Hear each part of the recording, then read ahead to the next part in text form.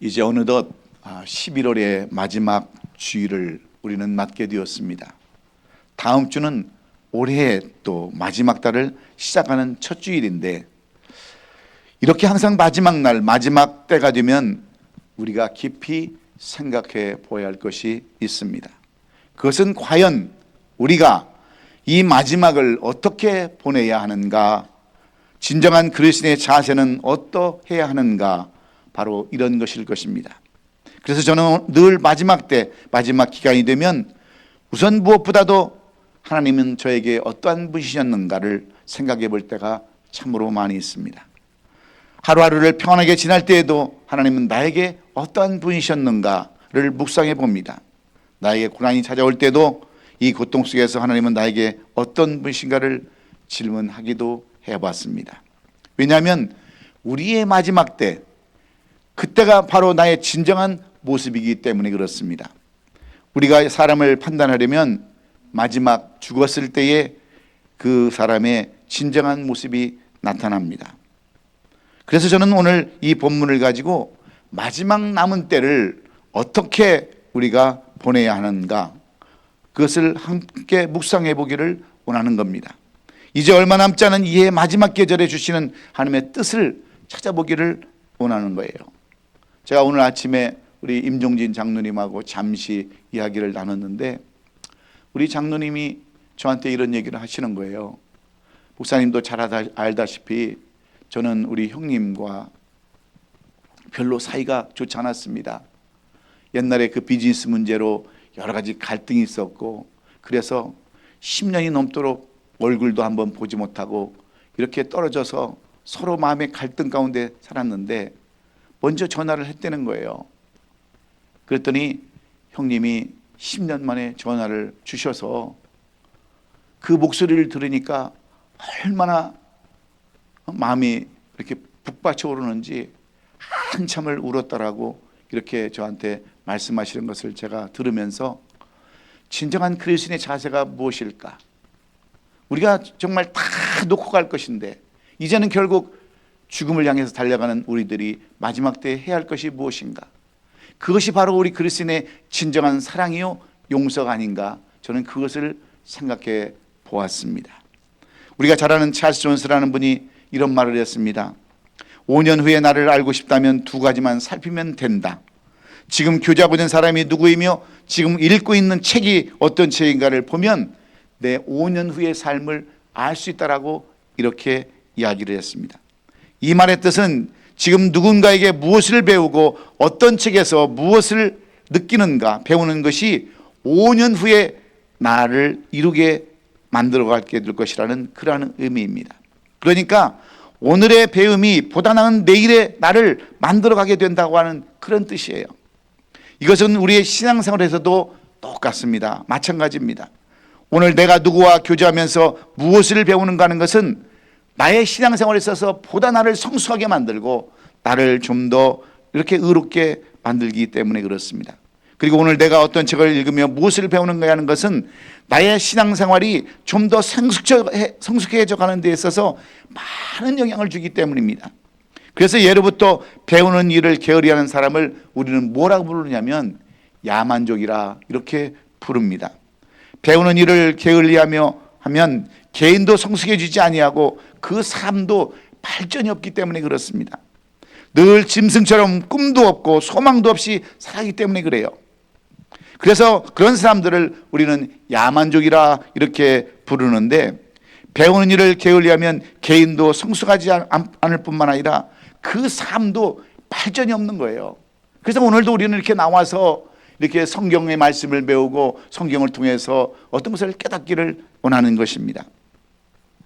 신앙생활에 아무런 발전이 없기 때문에 우리는 늘 배워야 되고 늘 들어야 되고 늘 말씀을 묵상해야 되는 줄로 믿습니다. 아무런 생각도 없이 살아가는 영적인 야만족들이 바로 그런 사람들이기 때문에 그래요. 그것은 배우려 하지 않기 때문에 그렇습니다. 이런 사람들은 세월이 흐르고 날이 가도 달라지는 것이 없는 거예요. 그래서 공자는 이런 말을 했습니다.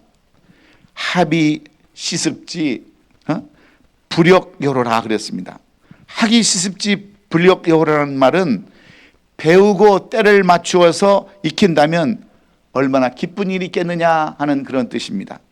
이 배움에 있어서 선지자처럼 여겼던 공자도 배우는 것이 그만큼 중요하다, 이렇게 우리에게 교훈을 하고 있는 것입니다.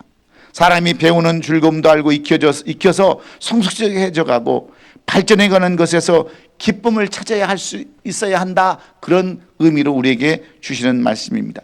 그런데 이런 원리는 우리 신앙생활에 똑같이 적용되는 거예요. 하나님의 말씀을 배우는 즐거움을 아는 사람이 아름답고 좋은 신앙인입니다. 그렇지 않습니까? 하나님의 뜻을 깨닫고 삶 속에 순종하며 익혀나가는 그러한 기쁨을 누리며 사는 사람이 참 훌륭한 신앙인이요, 진정한 그리스도인이라는 거예요. 여러분, 초대교회에서 안디옥 교회는 어떤 칭함을 받았습니까? 최초로 안디옥 교인들에게 그리스도인이라 칭함을 받았다라고 이렇게 얘기하고 있습니다. 그래서 우리가 이 세상을 살아갈 때 정말 진정한 그리스도의 자세는 어떤 자세여야 되는가, 이것을 우리는 알아야 되는데, 그 대표적인 예가 바로 오늘 사도행전에 소개되고 있는 최초의 교회, 예루살렘 교회의 성도들입니다. 사도행전 2장 44절로 45절을 보면 믿는 사람이 다 함께 있어 서로 물건을 서로 통용하고 또 재산과 소유를 팔아 각 사람의 필요를 나눠 주었다라고 이렇게 말씀하고 있어요. 교인들이 함께 모여서 서로 자기 것을 내어놓고 함께 나눴었다는 거예요. 이 초대교회는 심지어 자기들이 지금 가지고 있는 것이 없으면 자기 재산과 소유를 팔아서 서로의 필요를 따라 나눠주었다는 그런 것입니다. 한마디로 말하면 초대 예루살렘 교회 성도들은 나누는 삶을 살았다는 겁니다. 여기서 주목해야 할 것은 사도행전을 쓴 누가가 이 땅에 처음 생겨난 예루살렘 교회의 모습을 소개하면서 가장 먼저 이야기하는 것이 뭐냐면 바로 이 나눔이라는 거예요.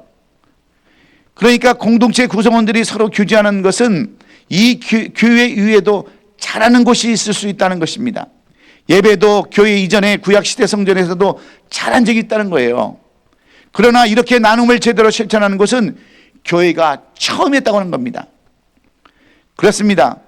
예수 믿고 성령 받은 사람들이 모여서 남달리 잘할 수 있게 되는 그것 하나가 바로 여러분 나눔인 줄로 우리는 믿어요.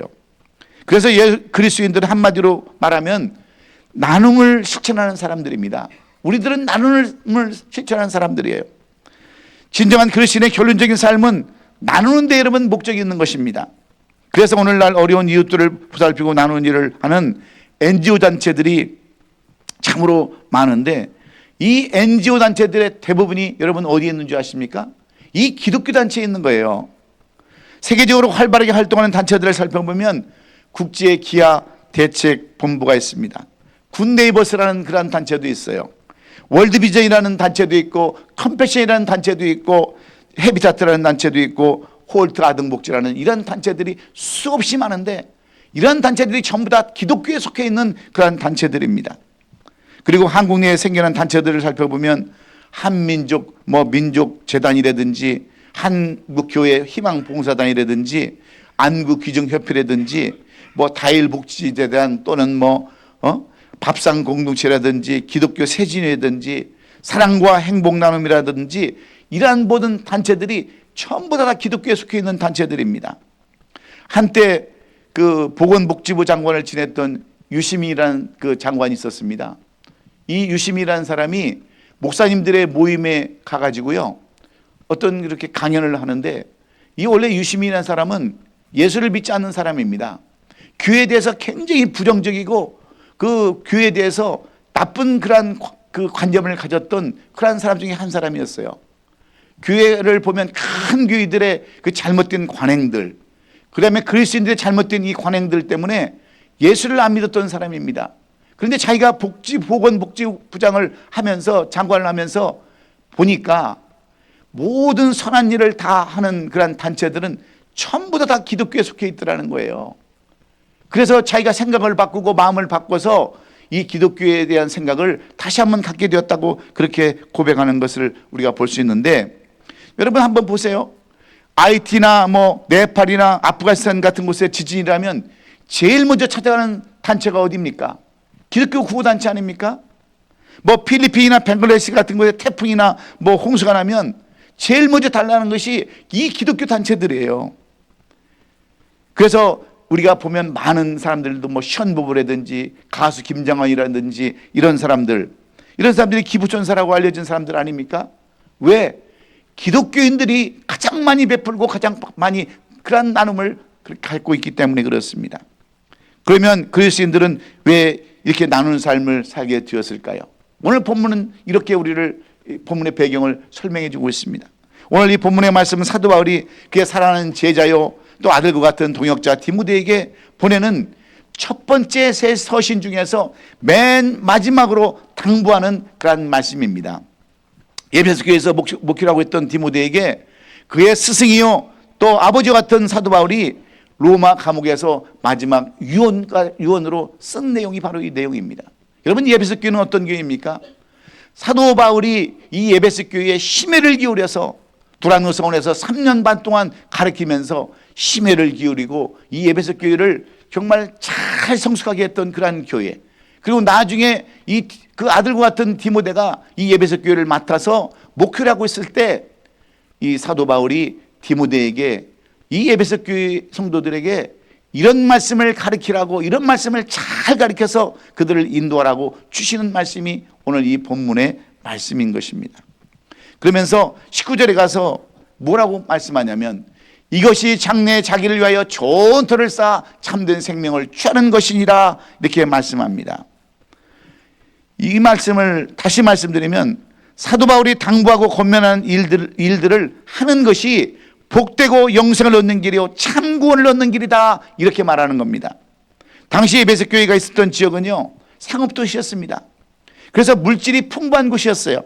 돈 많은 사람들, 여유 있는 사람들이 많이 있었던 곳이 바로 이러한 에베소 교회였습니다. 그런데 이 대부분 가진 사람들, 이 사람들은 되게 이기적이고 잘못된 관행 때문에 그들의 목소리가 너무나도 컸습니다. 교회 안에서. 여러분, 오늘날도 그렇지 않습니까? 교회에서 뭔가 좀 가졌다라고 있는 사람들이 얼마나 목소리를 크게 내고 교회에서 모든 주도권을 잡고 여러분 교회를 우지자지할 때가 얼마나 많이 있습니까? 그런데 이 에베소 교회도 똑같았다는 거예요. 가진 사람들, 있는 사람들이 목소리를 내고 교회를 다 쥐고 쥐락펴락했던 그런 때였습니다. 그래서 그들로 하여금 17절로 18절에 기록된 것처럼 내가 이 세대에서 부한 자들을 명하여 마음을 높이지 말고 정함이 없는 재물에 소망을 두지 말고 오직 우리에게 모든 것을 후히 주사 누리게 하신 하나님께 두며 선을 행하고 선을 사하는 사업을 많이 하고 나눠주기를 좋아하며 너그러운 자가 되게 하라. 이렇게 그들을 가르치라고 이렇게 사도 바울이 이 디모데에게 말씀하는 그러한 내용들입니다. 한마디로 나누는 삶을 살도록 하라는 거예요. 무엇 때문에 맨 마지막에 이런 말로 여러분 당부할까요?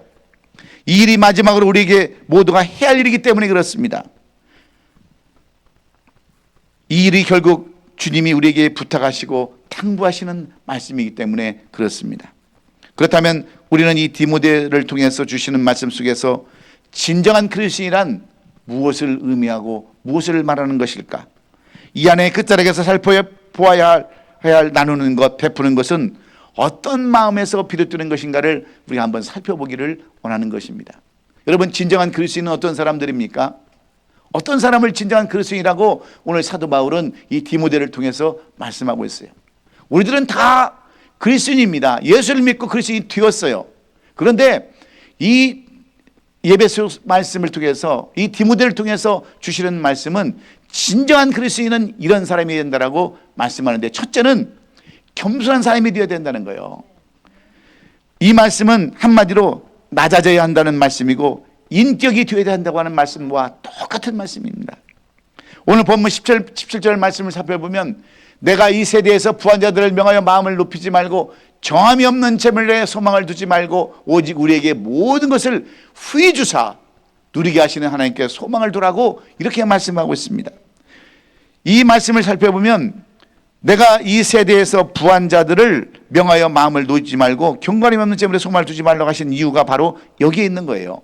당시 에베소 교회 안에는요 부자라고 하는 사람들, 소위 가진 것이 있는 사람들이 얼마나 교회에서 교만을 떨었던지 교회에 덕이 되지 않았습니다. 그런가 하면 그들이 더 많은 돈을 벌기 위해서 깨끗하지 않은 일에 손을 많이 댔습니다. 그러니 예배소 교회가 어떤 모습이었겠어요? 겉으로는 화려해 보여도 속으로는 다 썩고 취하고 더럽고 냄새나는 그러한 모습이 있었지 않겠습니까? 만나면 가진 것, 있는 것 자랑하는 그러한 사람들의 모이는 그러한 모습에서 어찌 그리스도인들의 모습이 나타날 수 있겠느냐 하는 거예요. 그래서 에스겔서 8장 6절에 기록된 것처럼 그러므로 주 여호와께서 이같이 말씀하셨느니라 내 마음이 하나님의 마음 같은 체하였더라고 이렇게 지적하고 있는 거예요. 그들이 가진 것은 많이 가졌지만 하나님 같은 마음으로 마음 같은 체를 했다는 거예요. 그런 모습으로 보였다는 거예요.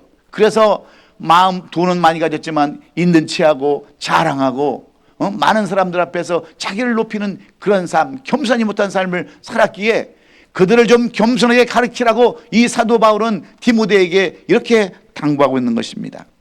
겉으로는 겸손한 척하지만 하나님이 가장 싫어하는 교만 가운데 있으면서 하나님처럼 흉내내고 거룩한 척 하고 있다고 하는 거예요. 그래서 사도 바울은 예배소 교회 가진 자들에게 무엇보다도 겸손하고 또 나누고 베푸는 삶을 살 수 있도록 그렇게 가르쳐라 하고 이 디모데에게 말씀하는 내용들입니다. 여러분, 베푸는 것도 나누는 것도 여러분 가르치지 않으면, 배우지 않으면 할 수 없는 겁니다. 왜냐하면 베푸는 것도 나누는 것도 배우고 가르치지 않으면 실천하기 어렵기 때문에 그래요. 살면서 습관화되지 않으면 실천하기 어렵기 때문에 사도 바울은 디모데에게 그들에게 좀 가르쳐라. 부자에게도 가르치고 가난한 자에게도 가르치고 모든 사람에게 다 가르쳐서 서로 나누는 삶을 살 수 있도록 그렇게 권면하라고 주시는 내용입니다. 그래서 이런 것들은 어려서부터 가르쳐야 한다고 말씀하는 거예요. 선행도 그렇고 나누는 것도 그렇고요. 여러분 배우지 않으면 우리가 실천할 수 없기 때문에 그렇습니다. 그래서 저는 우리 자녀들에게 항상 이 나누기를 이렇게 가르치고요. 배우기를 원하는 거예요.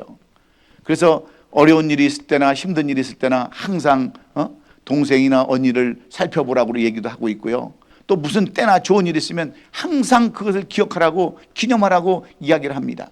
여러분 우리가 자녀들한테 뭘 얻어먹으려고 그러겠습니까? 우리말에 무슨 말이 있습니까? 벼룩의 간을 빼먹는다는 말 있잖아요. 문둥이 콧구멍에 있는 마늘을 빼먹는다는 말 있잖아요. 우리가 그러기 위해서 자녀들을 가르칩니까? 여러분 어려서부터 가르치지 않으면, 어려서부터 그것을 훈련시키지 않으면 나이 먹어서 절대로 이를 실행할 수가 없기 때문에 그래요. 그래서 어렸을 때부터 가르쳐야 되는 거예요. 그러니까 여러분 애들이 가르침을 당하지 못해서 배우지 못해서 실행하지 못하는 거예요. 여러분 자녀들이 효도 안 한다고 원망하시는 분들은요, 여러분들이 가르치질 않아서 그래요. 여러분들이 배움을 주지 못해서 그렇습니다. 그들이 어려서부터 그걸 배웠다면 왜 효도를 안 하겠어요? 왜 돌아보지 않겠습니까? 꼭 우리는 자녀들에게 그런 것을 가르쳐야 되는 거예요. 그래서 훈련을 통해서 나누고 베풀어 주는 것을 교육시키려는 데 있는 겁니다. 이것은 오늘 본문은 뭐라고 약속하는 줄 아십니까? 오늘 19절에 이것이 장래에 자기를 위하여 좋은 터를 쌓아 참된 생명을 취하는 것이니라 말씀합니다. 그래서 자녀들에게 여러분 추수감사절도 잊지 말고 땡스기빙도 잊지 말고 그다음에 무슨 이 성탄절도 잊지 말고 또 결혼기념도 잊지 말고 생일도 잊지 말라고 늘 이렇게 가르치는 거예요. 왜냐하면 처음에는 오해가 있을 수 있고 갈등도 있을 수 있지만 예배소 교회의 그 가진 자들에게도 교육하고 가르칠 때 저들이 이후로 나누고 베푸는 삶을 살 수 있기 때문에 이 사도 바울은 이렇게 간곡하게 마지막 장에서 이렇게 간곡하게 부탁을 하는 것입니다. 사랑하는 성도 여러분, 저희가 왜 이렇게 나누는 삶을 강조하는 줄 아십니까? 왜 베푸는 삶을 강조하는 줄 아십니까? 그리고 왜 우리 교회가 선교와 전도에 올인하고 또 애쓰는 줄 아세요? 돈이 있어서가 아닙니다. 돈이 많아서가 아니고 쓸데가 없어서 그런 것이 아니라 장래에 있어서 주님이 가장 원하시고 바라는 것이 바로 전도하는 것이고 선교하는 것이기 때문에 그래요. 그래서 저희 교회는 멕시코 단교 선교도 갔지만 올해는 지금 아직 계획이 없어요. 아직까지 그 멕시코 선교사님이 이제 은퇴할 때가 돼가지고 다른 분을 찾고 있는 그러한 과정이기 때문에 올해도 좀 저희가 선교를 해야 되는데 아직 그 계획이 없어서 아직 멕시코 선교를 아직 못했지만 또 다른 뭐 신학교 강의를 통해서도 계속해서 하나님이 기뻐하시고 주님이 기뻐하시는 이 선교사역과 전도사역을 우리가 항상 같이 하려고 하는 겁니다. 그런데 우리의 자세는 어떻습니까? 이런 걸 한다면 부정적인 자세를 가진 사람들이 너무너무 많은 거예요. 아예 나와는 상관도 없다라고 생각하고 겸손하게 받아들이는 것이 아니라 이유와 핑계를 대는 사람들이 얼마나 많은지 모릅니다. 여러분 솔직하게 우리 교회 형편을 뒤돌아보면요, 우리 교회는 그저 부흥에 목숨을 걸고 지금까지 사역을 해왔습니다. 교회 하나 제대로 세워보겠다고요, 정말 영적인 그러한 그 세상적인 욕심으로 달려와서 이렇게 외적인 교회당은 세웠지만요, 영적인 그러한 교회는 세우지 못했어요. 제가 솔직한 고백입니다. 그러니 어찌 좋은 터를 쌓을 수 있겠으며 어찌 참된 생명을 취하는 교회가 여러분 될 수 있냐는 거예요.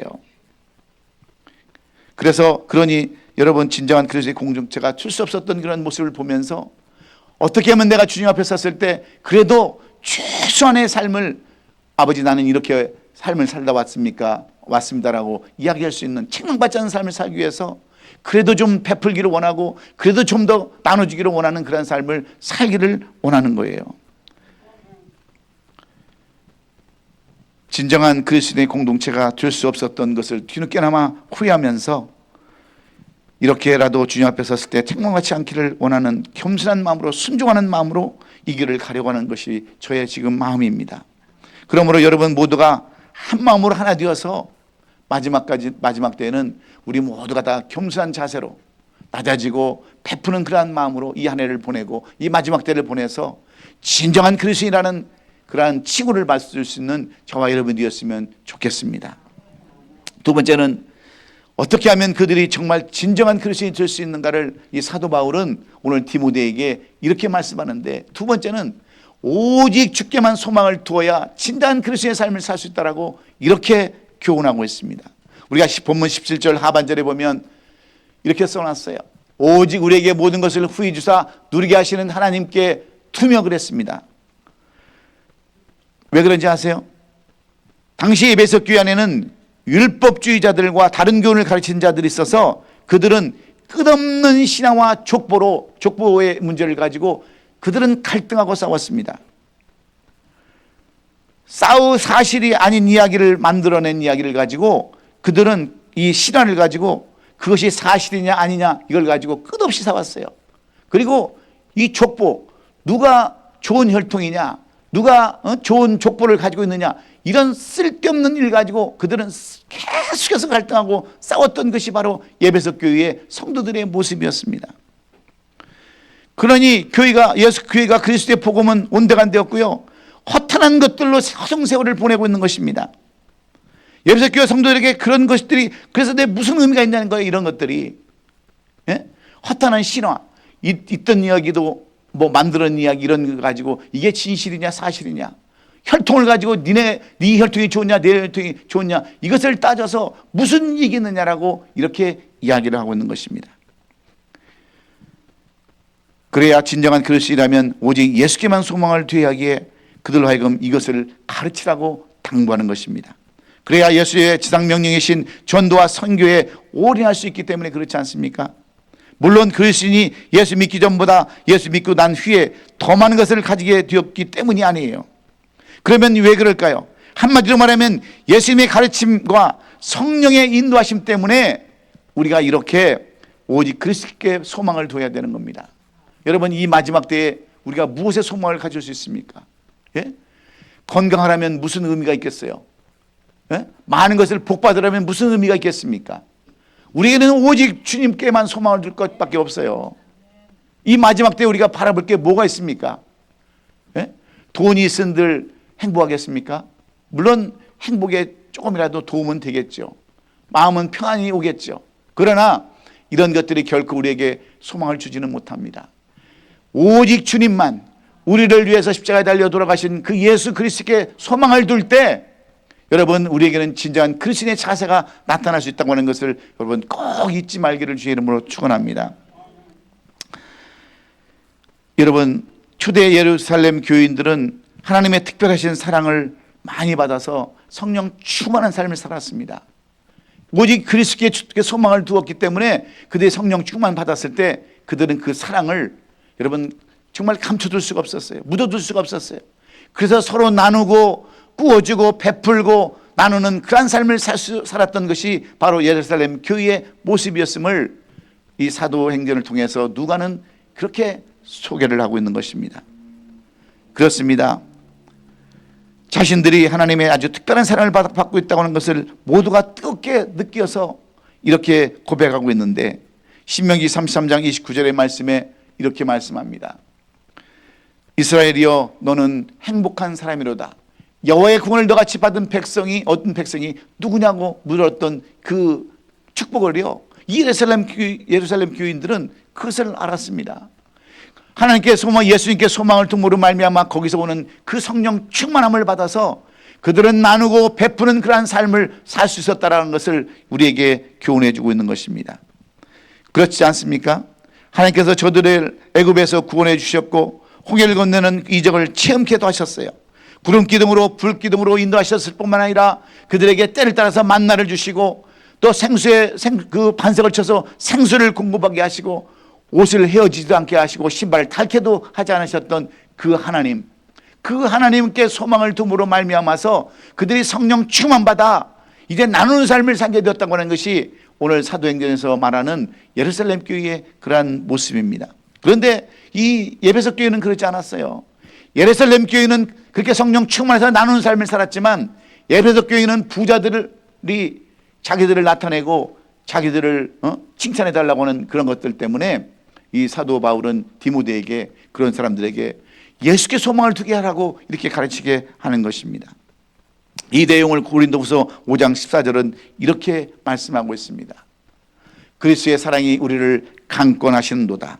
그리스도의 사랑을 받은 사람은 강권함을 받는다고 하는 그런 말씀과도 같은 거예요.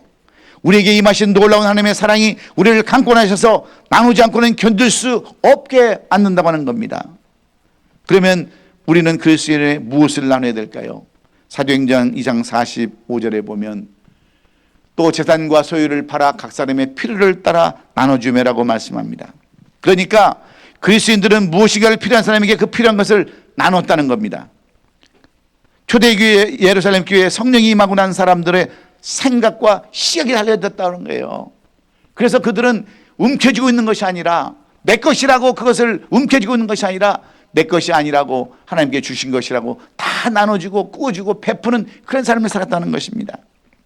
다른 사람들의 필요가 여러분 보이게 되고요, 다른 사람의 필요를 채워줄 수 있는 그런 사람들로 변화되었다는 것이 예루살렘 교회이기 때문에 사도 바울은 이제 예루살렘에서 그 교회들을 보면서 로마 교회 감옥에 갇혀서 이 글을 에베소 교회에 쓰면서 그들로 하여금 오직 주께만 소망을 두어야 이런 삶을 살 수 있다라고 이렇게 가르치고 있습니다. 그러면 우리는 무엇보다도 먼저 주께 소망을 두며 나갈 때 이런 일들을 감당할 수 있는 줄로 믿으시고 마지막 남은 이 한 달도 오직 주님께 소망을 두고 성령 충만한 삶을 살아가시는 저와 여러분 될 수 있기를 예수님의 이름으로 축원합니다.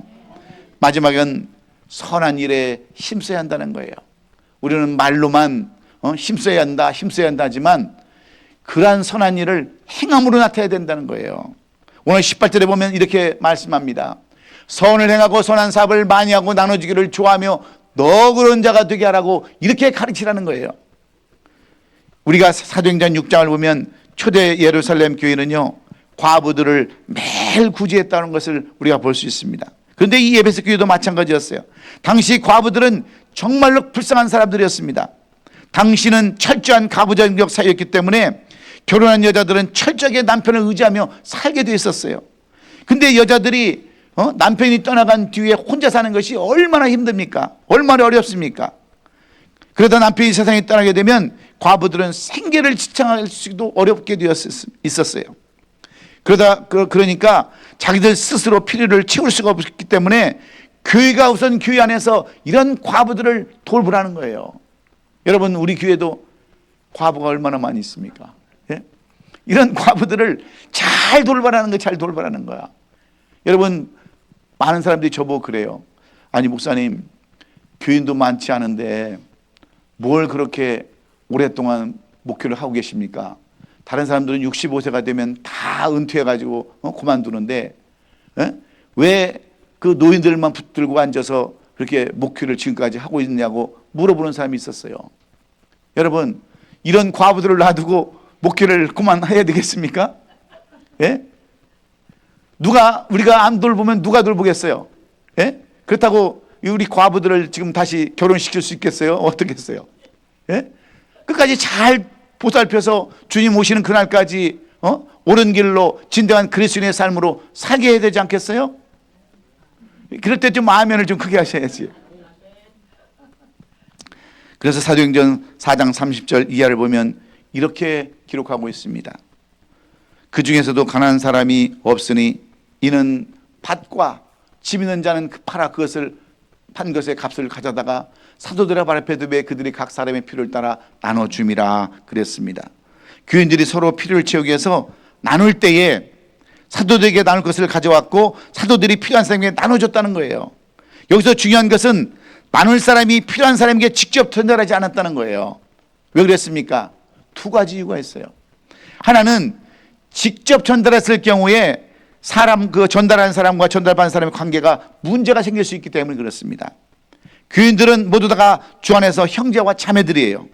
모두가 대등한 관계입니다. 그러나 누군가가 다른 사람이 누군가를 필요를 채워주고 나눈다 할 때 그것도 한두 번이 아니고 계속 지속될 때 어떤 관계가 형성되는 줄 아십니까? 갑과 을의 관계가 형성이 돼요. 주는 사람이 갑이고 받는 사람이 을인데 갑은 당연히 을을 어떻게 생각하고 있겠습니까? 저 사람은 나한테 항상 얻어먹는 사람이야. 나는 항상 베푸는 사람이야. 이런 교만이 쌓이기 때문에 이 사도 바울이 뭐라고 권면을 하냐면 어떤 사람을 구제할 때 직접적으로 구제하는 것보다 교회를 통해서 구제하는 것이 옳은 방법이다. 왜냐하면 각과 을의 관계가 형성되지 않기 위해서 이렇게 하는 것이 맞다라고 가르치는 거예요. 또 하나는 뭐겠습니까? 직접 전달했을 때 도움을 준 사람이 드러나게 된다는 거예요. 자칫하면 사람들의 주목을 받게 되고요. 사람들의 칭찬을 받게 되기 때문에 자칫하면 사탄이 틈을 튼다는 거예요. 나는 그래도 이런 사람이라고 자칭 교만에 빠지고 사탄의 올매에 빠져서 교만한 자리에 이를 수밖에 없기 때문에 그렇게 하지 말라는 거예요. 다 사도들의 발 앞에 놔둬서 사도들이 할 수 있게끔 그렇게 가르치라는 겁니다. 그래서 우리가 남을 돕는 것 좋은 일이에요. 남을 섬기는 것, 남에게 베푸는 것 좋은 일이지만 항상 사도들을 통해서 교회를 통해서 하는 것이 마땅한 것이다. 이렇게 지금 사도 바울은 우리에게 가르쳐주고 있습니다. 우리가 잘 아는 사도행전 5장을 보면 아나니아와 삽비라 이야기가 여러분 바로 그런 얘기 아닙니까? 그 사람들은 교회에 가서 자기들의 이름을 알리고자 했습니다. 그래서 있는 재산을 팔아가지고 또 감추고 얼마만큼 교회에 헌금했어요. 그리고 전 재산을 팔아들인 것처럼 행동을 했습니다. 그랬을 때 성령께서 교회 지도자들로 하여금 이 점을 깨닫게 하시고 알게 하시고 찾아내게 하시고 결국은 치료하게 하지 않습니까? 왜 여러분 베풀고 왜 치료를 받습니까? 이런 것들 때문에 그러는 거예요. 그래서 마태복음 6장 1절에 보면요 이렇게 얘기합니다.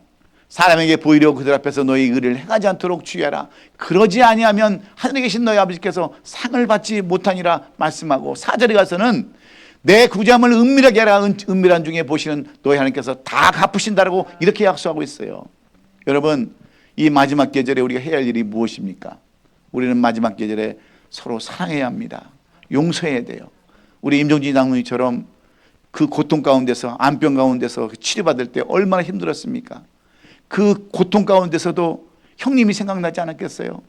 나를 옛날에 힘들게 하고 어렵게 하고 지금까지 등 돌리고 살았던 그 형님에게 먼저 전화를 하니까 형님이 전화를 주셔가지고 그 전화기를 붙들고 한참 울었다고 하는 그 이야기를 듣고 제 마음이 얼마나 뭉클했는지 몰라요. 그래도 장로님이 형님은 아니지만 형님 같은 동생이구나. 그걸 제가 많이 느꼈어요. 이것이 바로 여러분 그리스도의 진정한 모습이 아니겠습니까? 마지막까지 여러분 베풀고 용서할 수 있기를 주의 이름으로 축원해요. 제가 늘 중국에 가서 강의를 하는 부분이 바로 이 목회서신인 디모데전서와 또 디모데후서 그리고 디도서를 제가 많이 가르치고 있는데 제가 2006년도부터 중국의 신학교에 가서 강의를 했습니다. 여러분 강의를 갈 때 신학교 사정이 얼마나 여러분 어렵습니까?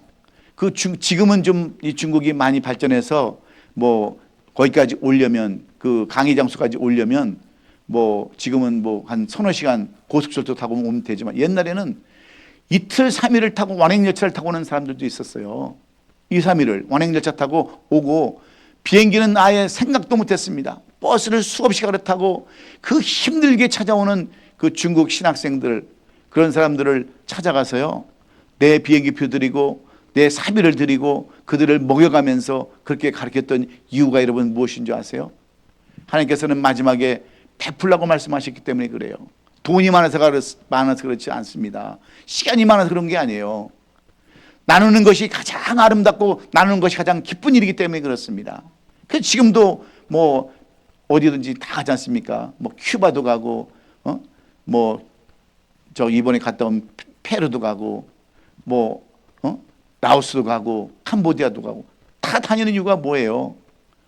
뭐 시간 여유가 많아서 그렇습니까? 규율을 빼먹어가면서 다른 사람을 대체해가면서까지 하는 이유가 뭐겠어요? 주님이 바로 원하시고 바라는 것이 바로 나눠주고 베푸는 것이기 때문에 그런 줄로 저는 알고 이렇게 마지막까지 최선을 다하는 것입니다. 그러므로 뭐 여러분들 무엇보다도 나눔은 이웃의 필요를 채우는 일이라는 것을 우리가 꼭 기억하시기 바랍니다. 그리고 나눔의 중요한 것 가운데 하나는 이웃의 필요를 우리가 채워주는 것입니다. 이 마지막 계절에 우리는 사랑을 채워줘야 되고요, 또 소망을 채워줘야 되고 서로 사랑하고 이해하고 용서하는 이 마지막 계절이 되기를 간절히 소원합니다. 이제 2025년도 한 달밖에 남지 않았습니다. 그렇다면 우리의 인생은 얼마나 남았겠습니까? 세월이 가면 갈수록 우리는 주님 앞으로 갈 날이 더 가까워지는 거예요. 이러한 우리의 삶을 우리가 되돌아보면서 우리는 어떤 삶을 살아야 되겠습니까? 이 마지막 때는 진정한 그리스도인으로 살아야 됩니다. 이것이 우리에게 필요한 것이지, 여러분 뭐 건강하세요, 행복하세요, 뭐 그런 것 백날 요구하면 무엇이 필요하겠어요? 무엇이 여러분 유익이 되겠습니까? 우리에게 가장 필요한 것은 정말 주님이 바라고 원하시는 진정한 그리스도인의 모습인 줄로 저는 그렇게 생각을 합니다. 그래서 우리는 오늘 이런 사람이 되기 위해서는 우리가 겸손한 삶을 살아야 돼요. 끝까지 낮아지고 끝까지 내 인격을 드러낼 수 있는 그러한 삶을 살 수 있는 저와 여러분 될 수 있기를 주의 이름으로 축원합니다. 그리고 우리에게 소망을 줄 것은 오직 주님밖에 없어요. 우리가 주님 앞에 소망을 둘 때 비로소 우리도 나누는 삶, 그런 삶을 살 수 있습니다. 오직 주님께만 소망을 두고 이 안의 마지막을 잘 보내시는 저와 여러분 되시기를 주의 이름으로 축원해요. 그리고 마지막에는 우리가 선한 일에 힘써야 합니다. 믿음 좋습니다. 믿음 갖는 것 좋아요. 그런데 우리가 마지막으로 해야 할 것은 선한 일, 베푸는 일, 나누는 일, 용서하는 일에 우리가 최선을 다하고 힘쓸 때 주님은 우리를 진정한 그리스도인이라 우리를 여기시고 구원의 반열에 우리를 세워줄 줄로 믿습니다. 믿음도 행함이 있어야 되는 거예요. 아무리 우리가 나는 그리스도인이라고 자랑하고 나는 이렇게 살았다라고 고백하지만 여러분, 우리가 베풀지 못하는 그런 선행이 없는 것, 실천하는 삶이 없는 것을 야고보는 얼마나 우리에게 지적해 주고 있습니까? 행동하지 못하는 그러한 믿음은요, 나타내지 못하는 믿음은 죽은 믿음이라고 그랬어요. 여러분, 끝까지 우리는 진정한 그리스도인의 삶으로 나눠주고 베풀고 용서하고 끌어안고 행하는 그러한 마지막 계절이 될 수 있기를 예수님의 이름으로 축원합니다. 기도하겠습니다. 하나님, 이 마지막 계절에